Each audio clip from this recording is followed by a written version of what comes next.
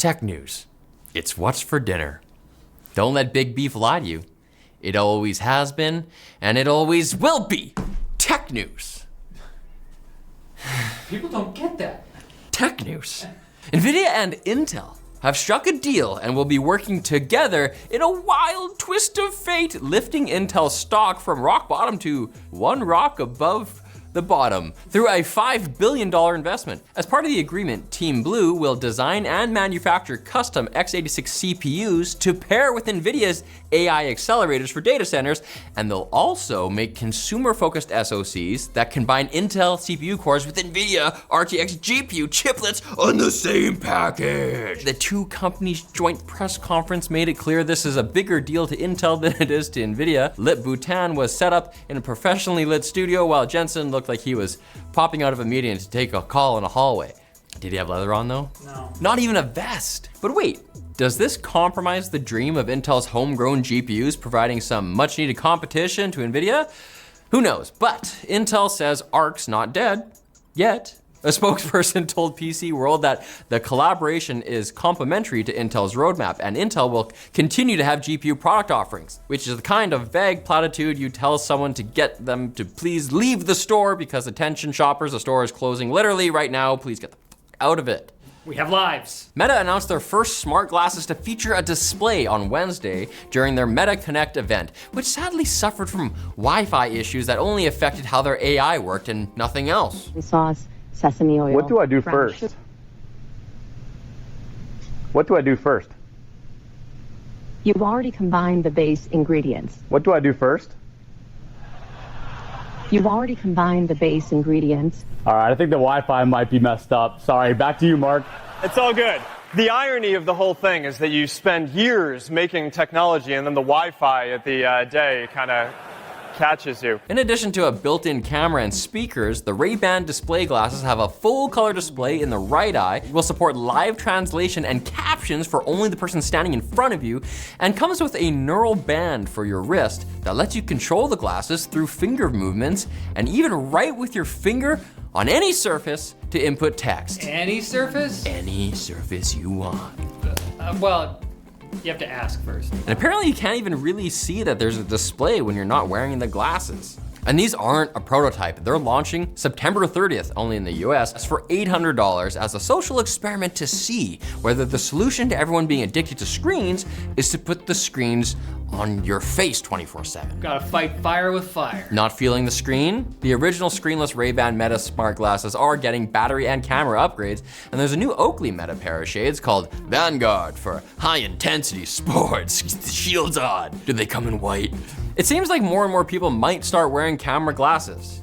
Are you being recorded? Probably, but now it's by everyone, not just the government. Hey! Lastly, Quest 3 and 3S headsets are also getting some minor updates, offering up the ability to scan surroundings and transform them into virtual environments.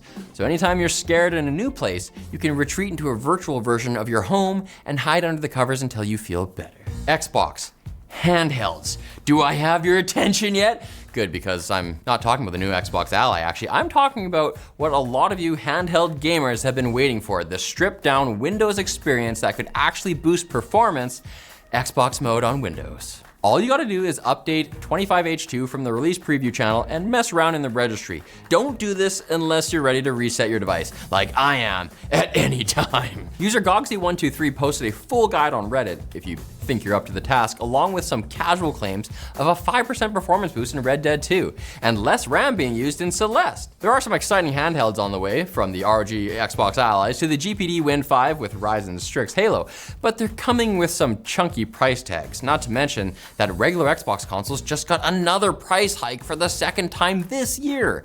So hopefully, a bit of free performance should dull the pain a little bit, although you'll feel even better. Whew. If you check out our sponsor, Charge! They make stuff that charges your devices, but their new Disc Pro. Check out the Charge Disc Pro at the link in the description. quick Bits! bits, quick bits. Quick bits time. Samsung is launching a pilot program to put ads on your fridge. Yeah, the one you already paid for. That's fine with me. I love hearing about new products and promotions as I stumble into my kitchen for a glass of milk in the morning. But it's a sad day today for many of you who knew it was only a matter of time once fridges with screens started coming out. Samsung originally denied this was happening back in April, but now their Family Hub refrigerators are getting an over-the-air update whether you like it or not. The ads are part of the family too. You'll own nothing. And you'll like it. You know what else I like? This wacky Pro X2 mouse from Logitech with their new Super Strike technology for super gamers who need features like haptic-based clicks, rapid triggers, and adjustable actuation. Is this the first proper analog gaming mouse? I'm not sure. Logitech is just claiming it's the first with Super Strike technology, so let me know in the comments. But what I am sure of is that it's gonna cost $180 and offers 8,000 kilohertz polling with up to 44,000 DPI Hero 2 sensor in there. And I thought I was the only one with that. Dang. Nothing's Ear 3 buds are giving you a better option if you need a crystal clear recording from your mouth from a tiny microphone. It's called a super mic, and it's located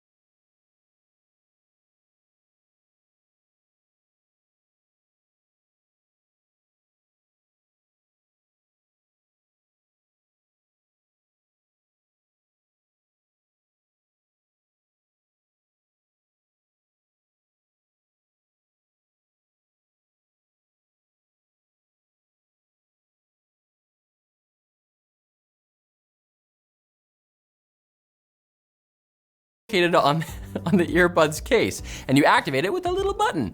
It makes you look like you're talking into a little handheld mic, which microphone. It's called You Need a Dang.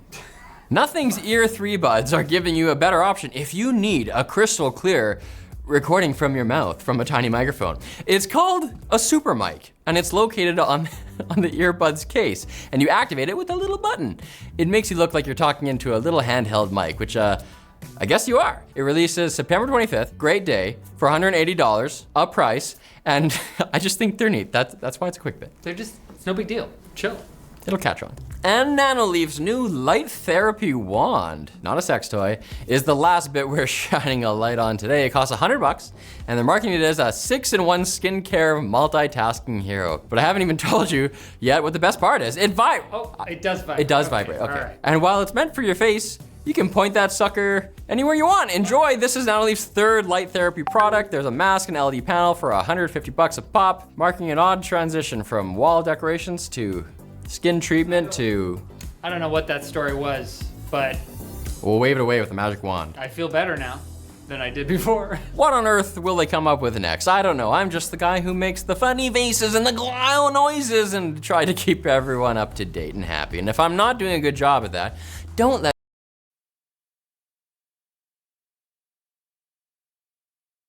and LAN esports gaming facility that's been...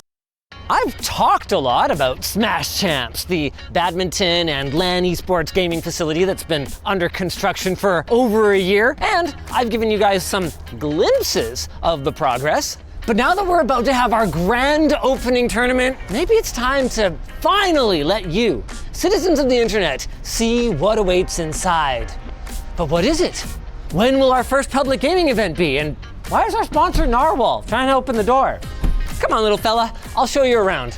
With some help from my very favoriteest person in the entire world. Hi. Hi. Yvonne has given so many hours to my dream project that I wouldn't dare to give this tour without her. Also, she knows a lot more about it than I do in a lot of cases. Welcome to the Pro Shop. Truthfully, I wasn't expecting this to be as big of a deal for the business as it was.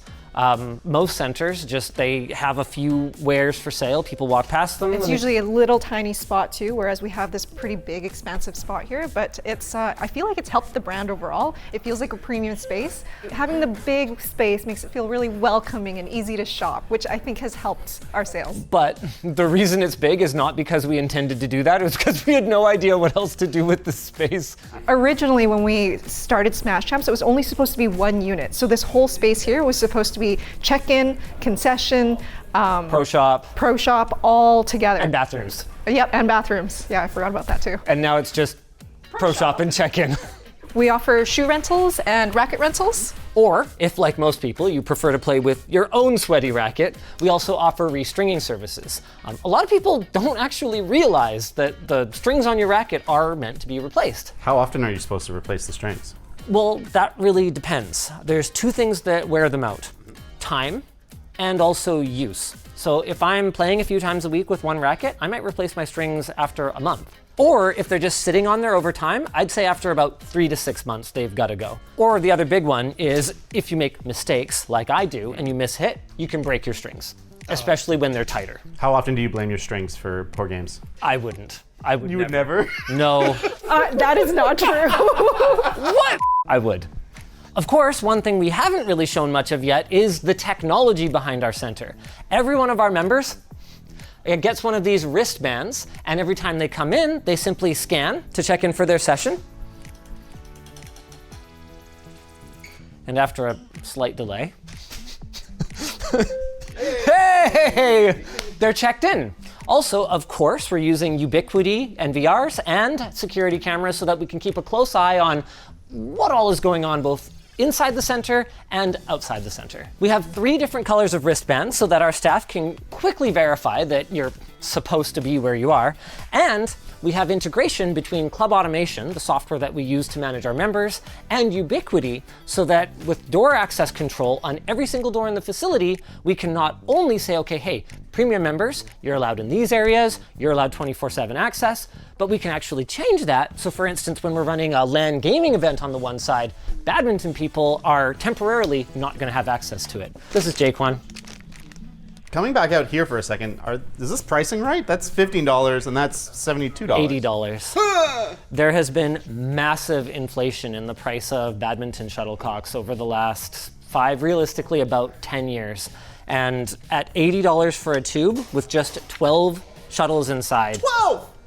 It's about $6 per shuttle, and at a high level, it is pretty typical for a group of doubles players to go through 1.5 to 2.5 of these per 21-point game. A traditional shuttlecock is made out of cork with a leather or a synthetic leather cover, and then precision cut and fitted goose feather. Real goose feather. Tradition is nice, but most modern shuttles, especially anything below the absolute top of the line, is going to be made with duck feather. The advantages of these materials are that they fly just like a leather baseball is going to fly a little different from a not leather baseball or football. They fly as an elite player would expect them to. Is there not high-end synthetic materials? They're coming. But in the meantime, the best we have for synthetic materials is at the high end. It's still a cork cap, but with a just nylon skirt. I mean, when you look at them, you can really appreciate the craftsmanship of it. So somebody weaves all of these threads in here and applies glue and fits all the feathers and then puts it on a tester to make sure that it runs at the right speed. This string, is it tied like by hand? David, do you recognize this claw machine? Is that the one we had at LTX? Yeah. Boom. Let's go! 10% off any one purchase up to $100. That's pretty good. I'll be holding on to that. All right, let's head out to the courts. Of course, we can't get there without passing through what I like to call the world's most expensive hallway. I actually forget the details of why this was so difficult to do. Do you remember? Yes, I do. So there's an upper floor here, and all of that upper floor was supported by beams that went through here. And of course, the beam went right through this spot right here.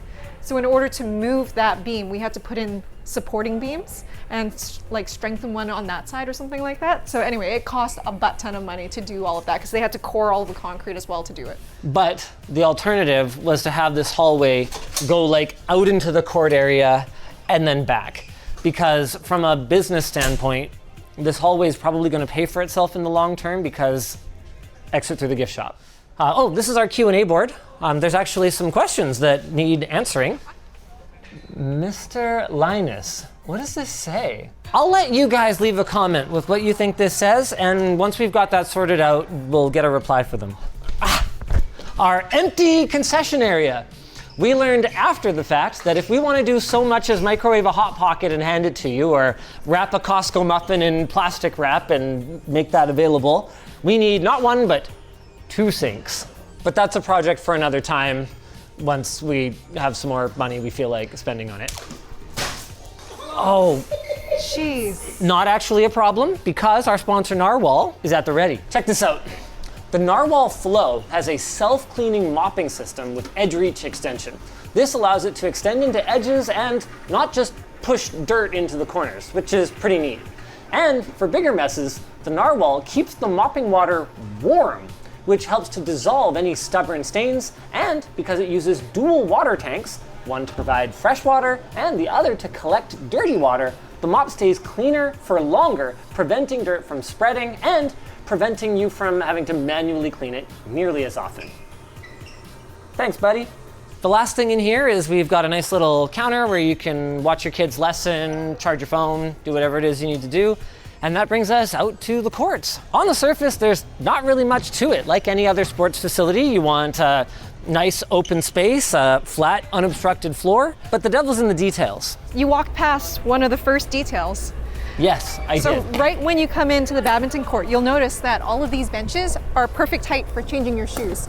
And all of the benches behind the courts are the perfect height to actually properly sit and observe. And store your bag underneath. Yeah. The other nice thing about the observation benches is we've put USB charging and regular power outlets next to all of them on both the badminton only side and the badminton / gaming side of the facility. On half of them. Sorry, because yeah. on this side there isn't, but on this side there is. So originally we were actually going to have all the benches only on one side because we were thinking in the future we might put bleachers or something like that on this side if we're hosting national tournaments or provincial tournaments. I don't think I was ever hoping to have enough bleachers for like a national level tournament, but yeah, maybe provincial level. One option, if we did want to host a high level tournament that requires a lot of seating, is to actually close off some of the courts and then only use the center courts and put like stadium style seating here. But I'd be really worried about the impact that that would have on both the vinyl top as well as the subfloor.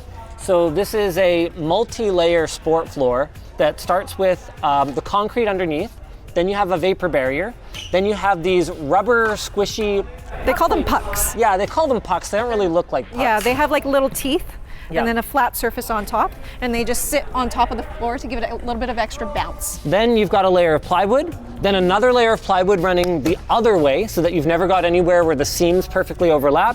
Then you've got a cushion layer, and then finally a wear layer on top that gives you the grip that you need to move around confidently on the court. There was a whole fiasco where our first sport floors were a manufacturing defect, whatever. I want to give credit to Caliber Flooring Systems. They stood by their product, they replaced it, they got everything installed for us, and they did what very few contractors do, and even though it did cost them quite a bit in replacing everything, they got us sorted out, so definitely shout out them. We switched over to Victor, not necessarily because we thought the quality was better than Caliber's, not defective product that we initially approved, but rather it was just because they're BWF certified and the timeline was the better. biggest issue. Yeah, they were able to kind of move heaven and earth in order to get them to us really fast, which was important because we were already supposed to be open. Water fountain, chilled, filtered water. It actually doesn't cost that much. So if you're ever in a sports facility that doesn't have it, write them a polite little note and say you'd love to have something like this installed because man, is it ever a difference maker, and it saves so many plastic bottles. These were a fun one.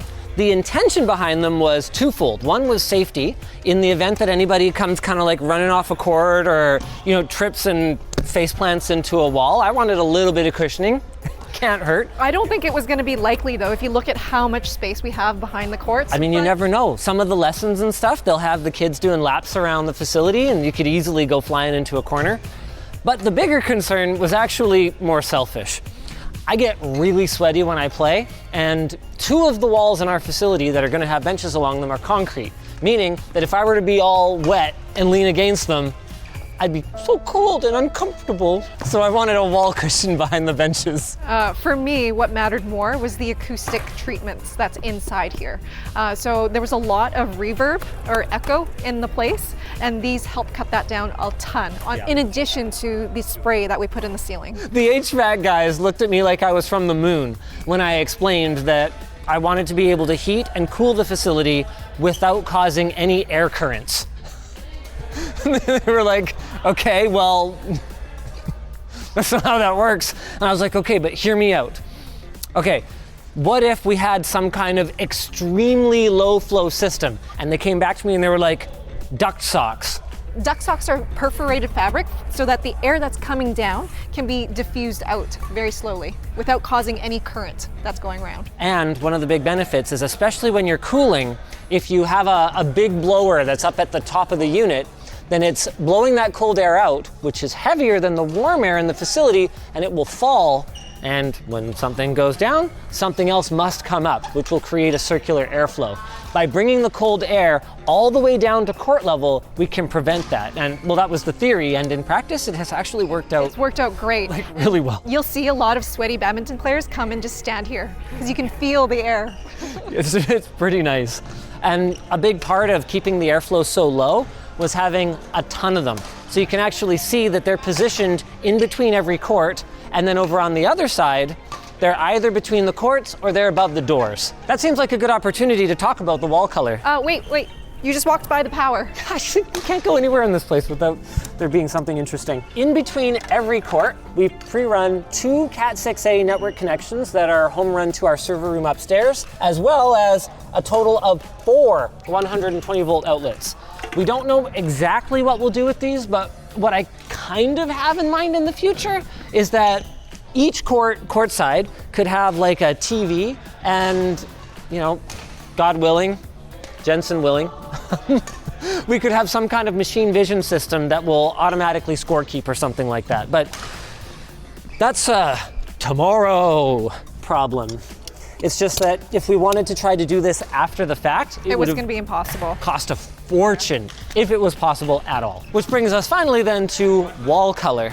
Jaquan, who you guys met earlier, made 10 trips to the paint store? Oh yeah, and then in addition to that, I think we made another 4 or 5 trips to the paint store. We tried every stock color, we had them mixing custom colors. We were here literally at midnight with all these patches. Midnight, please. Okay, whatever. Like Even 2 in the morning.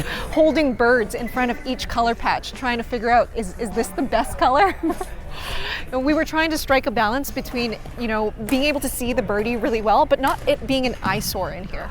Oh, this is cool. In between all of the courts, some cases above the doors, some cases not above doors, is more power and more networking. And again, praise be to Jensen Huang, we are hoping at some point to have cameras back here that will allow us to do the aforementioned automated scorekeeping or whatever the case may be. In the meantime, we've partnered with PlaySight. They've got these RFID scanners that you can put courtside. We've actually got one that we're trialing right now, but the idea would be to equip every court with them. And then players can install their app, scan the RFID, and then they can say, hey, can I download the video of my session?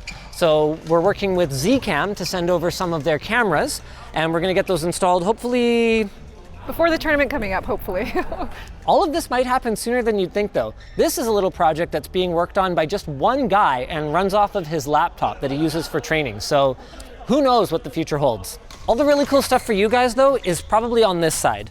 Spaced for tables of gamers to go all the way down this entire unit are these California standard power connectors that are 250 volt, 50 amp, allowing each of these to do about 14,000 watts, so pretty much an entire row of computers, alongside Cat6a networking, which would be at 10 gig, and fiber optic networking that we could run at, I believe what we are set up for up there is 25 gig. That would be for each one of our rows of computers for our Whale Land gaming events, which we finally got our temporary use permit from the city for, and I am so excited to, maybe not announce, I guess we'll have announced it by the time this comes out, but the first one's September 28th. I don't remember the exact date. I just know that I still need the fire department to get in here to approve the increased occupancy. So that's what I'm working on. Oh. But it should be done in time. They just called me today. Okay. Yeah. Getting this done was extremely difficult, and I have to take a significant amount of the blame for that. See, the city doesn't love it when business owners announce what they're going to be using their building for without getting a permit for it. Anyway, I think I ruffled some feathers the wrong way. We ultimately got it sorted out after a long and painstaking process. I want to shout out Chase, Yvonne, Sean, Colton. Jim and Jaquan helped a lot. Yeah. Ivan, of all people, he actually came to the city council reading with us to be like a non-employee and talk on behalf of what gaming means to him and community engagement. And credit to some people at the city, the people that were a little higher up and who were trying to increase the amount of things to do in the city really did help us out as well. Yeah, the general manager, the business relationship manager, and the mayor were all instrumental in helping us get this over the line. So I'm so excited to see you guys there. And we're very happy to be here just because it's so hard to find a building that has both enough parking and a high enough ceiling to accommodate a high level of badminton play. Like, let's say, for example, I was playing an attacking shot towards my opponent over here, and in defense, they wanted to, well, okay, I mishit it, but one sec. Sorry, little buddy. And in defense, they wanted to hit it up really, really high so that it was hard for me to retrieve it, or I had to move all the way to the back. This ceiling height allows us to do that. Another situation where this can come up is if your opponent plays a really tight shot to the net, it allows you to play it to the back without hitting the net itself. If you have a low ceiling, the only way to get it to the back is at an angle. But with a high ceiling, you can go up quite a lot steeper. At the back is the place we don't really love showing people because it's kind of where our messes go to die. There's leftover stuff from the little test land that we did. There's our sign for taking pictures, projector screen. Where's the rest of the stuff for Waylands? Ooh, I'm glad you asked. That's where this comes in. Here's our cable whips that are pre-cut and pre-bound to be exactly the right lengths to go from our switches at the end of the table to each gaming station. Shout out Infinite Cables, by the way. Their cables truly are infinite. There's also some pretty fun archaeological items here. Got a bunch of heat guns from back when we had like a tube bending station at LTX once upon a time. Casual orca plushies. I found our original sample of what the flooring construction is. So there's the rubber pucks. Oh. It's not a ton, but you'll feel it if you kind of jump on it. Oh yeah, that's way more give than just wood would be. Yeah, or even just putting like a vinyl sport floor over concrete. Yep. Obviously, we're not just gonna have everything piled under the mezzanine forever. It was actually moved under there so that we could acoustically treat this space because some parts of it are going to be set up as like a crafting space, I don't know, like run an Etsy shop? What is it that you do these days? Oh man, or either that or we're gonna stream or do a craft channel or something like that. We're figuring it all out right now. But the rest of the space here is gonna be all storage. So on this side is gonna be all of LTX's stuff. So you can see all of the chairs that they have set up. And there's gonna be hundreds of seats worth of tables. Right. Along with all of the gear that we have over there that we don't get rid of. And then on this side, we're going to have pallet racking. Because of all of, so I think Chase told me he wanted 10 pallets for LTX stuff. Right. And then Smash Champs needs 30 right now because of the container of birds that are coming. The supply chain for badminton equipment has not been the most amazing from our experience so far. It's very start and stop. So we need to take on a lot more inventory than we originally anticipated because we can't just draw in small amounts from a local distributor. One of the things that won't be here in the future, although they're doing such a great job that you might actually want to keep them around, is our army of narwhals that are showing off their dual camera with 10 tops of NPU processing setup that allows them to respond to obstacles that are in front of them much more agilely and more quickly than previous solutions. Very cool, right? That one just went around the cup. That was impressive. I know, right? Will it clean up all of my sawdust over there? Yes, it will. Welcome to the Members Lounge. In theory, this is for our premium members to hang around after their matches, I don't know, maybe watch some badminton games on the 98-inch TV. In practice, what it is a place for Linus to put all of the cool toys that he doesn't have room for in his house, like an air hockey table. This is the most musical sounding air hockey table I've ever heard. Like, I know! When it bounces off it, it's like a freaking wind chime or something. It's so cool. We've also got a pool table, and then because people weren't really using it in the LMG staff lounge, I moved the Super Checks game over here, and dun, dun, dun, dun, dun, dun, we had some software configuration issues with the DIY arcade cabinet, so we moved the buy one over here. This was another Linus has always wanted one and doesn't have room for it at home thing. I think you have room. I think Devon just doesn't want it in the house. I lost already. Again, it's not because I'm good at it that I want one, it's because I need practice that I want one. We even have this ice resurfacer for the Super Checks. Okay, I don't think that actually works, does it? Not, it's made out of cardboard. But Narwhal Flow. We'll go look at the gym in a minute. Sorry, David. First, I figure you guys might want to check out the server room complete with Ubiquity RGB! Let's go! Legitimately useful because it can tell you the status, like what that port is set to. What else do we have in here? Well, we got our battery backup, courtesy of Eaton, as well as just a kind of run-of-the-mill desktop computer that's running that PlaySite stuff that we're still in the testing phases of. We don't know if we're going to settle on that, but that's what we're using for now. We've also got our NVRs that are handling all of the security, and the oodles and oodles of fiber, as well as ample cooling for both the courtside LAN events, as well as any future machine vision processing that we wanted to bring on premises. Corner office for our general manager. Oh, hey, Jimmy, he's in here. We're doing a tour. Okay. Yeah, we decided the tour you did was, actually it was really good. You could see it on Floatplane. This is not the first tour of Smash Champs we've done, it's just the first to be sponsored by Narwhal. Wait a second, Jim, do you have your own fridge in your office? Yeah, no, it was the one downstairs I brought, and then we didn't need that downstairs, so I brought it up here, right? It's just energy drinks, you know, it's good. What? Why did you, is that alcohol? Energy drinks. Oh man, okay, we'll talk about it later. Which brings us to our final stop, the gym. It was designed in collaboration with Mr. Luc Lafreniere of Floatplane, and his goal was to have it, you know, to address the cardio people, of whom he is not one, but also make sure that we had at least 2 options, even if one of them is just free weights, for pretty much every movement that you would want to do for badminton. Cool. There were a few things that Luke wanted that we didn't manage to put in, like he wanted a grass strip, and I think that was the main one. But in general, we did pretty much everything he asked, and when Badminton Insight came out here, they rated it a 9 out of 10. This is pretty sweet.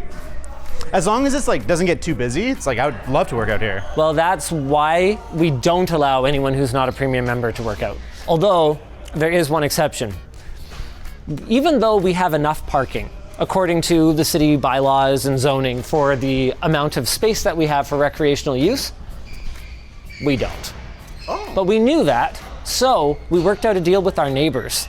They don't need most of their parking. They have like half a dozen people working in their units, and they're these size. So there's like another 45 parking stalls that are not being used, especially in the evening when they're not even in office. So we made a deal. We said, hey, I offer free gym membership for you and your crew. I receive access to your parking stalls without you guys calling a tow truck. That's pretty great. I'm grateful to our sponsor. Narwhal, one of which I think I'm gonna have to be taking home for cleaning up kitty litter.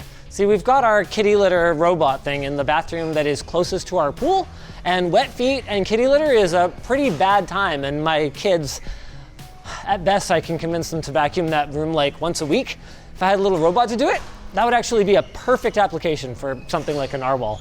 Their Narwhal Flow has carpet-focused technology that automatically lowers the brush cover on carpet, creating a high-pressure airflow zone with 22,000 pascals of pressure for deeper carpet cleaning, and has a dual-action edge brush that adapts near corners for deeper reach. While the dynamic zero-targeting side brushes actively release trapped hair and direct it to the air intake for easy cleanup. You can check out the Narwhal Flow at the link in the video description. Thanks again to Narwhal for sponsoring this video. If you guys like tours like this, why don't you check out the first video we did on this space? where it was a completely empty concrete box. And man,